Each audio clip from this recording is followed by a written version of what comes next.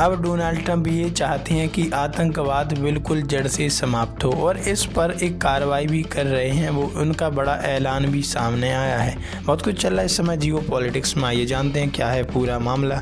खबर सामने आ रही है, ईरान के बाद अब अमेरिका ने इस देश में की एयर स्ट्राइक। ट्रंप का दावा, दुनिया का सबसे खतरनाक आतंकी ढेर। अमेरिकी राष्ट्रपति डोनाल्ड ट्रंप ने दावा किया कि अमेरिकी और नाइजीरियाई सेनाओं ने संयुक्त ऑपरेशन में आईएसआईएस के दूसरे सबसे कमांडर अबू बिलाल अबू मिनकी को मार गिराया।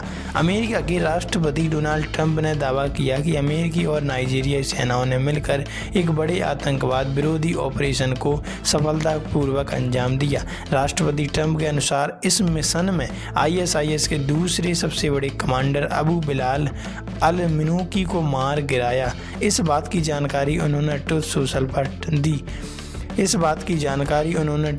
पर दी। ट्रंप ने कहा कि यह ऑपरेशन बेहद कठिन था। इस पूरी प्लानिंग के साथ ऑपरेट किया गया था। उन्होंने बताया कि अबू बिलाल अल मिनूकी अफ्रीका में छिपकर आतंकवादी गतिविधियों को चला रहा था और दुनिया भर में आईएसआईएस के ऑपरेशन में उसकी बड़ी भूमिका थी। राष्ट्रपति ट्रंप के मुताबिक अल मिनूकी को लगता था कि वह अफ्रीका में छिपकर सुरक्षित रह सकता है, लेकिन अमेरिकी एजेंसियों के पास उसकी गतिविधियों की लगातार जानकारी थी। उन्होंने कहा था कि वह अब अमेरिका के लोगों को डराने या अमेरिकियों के खिलाफ हमलों की योजना बनाने में शामिल नहीं हो सकेगा। ट्रंप ने यह भी कहा कि इस कार्रवाई से आईएसआईएस के वैश्विक नेटवर्क और उसके ऑपरेशन को बड़ा झटका लगा है। उन्होंने नाइजीरियाई सरकार और वहां की सेना का सहयोग के लिए धन्यवाद किया। अपने बयान के अंत में ट्रंप ने गॉड ब्लेस अमेरिका कहते हुए अमेरिकी सेना की सराहना की। ये ट्वीट आप पढ़ सकते हैं।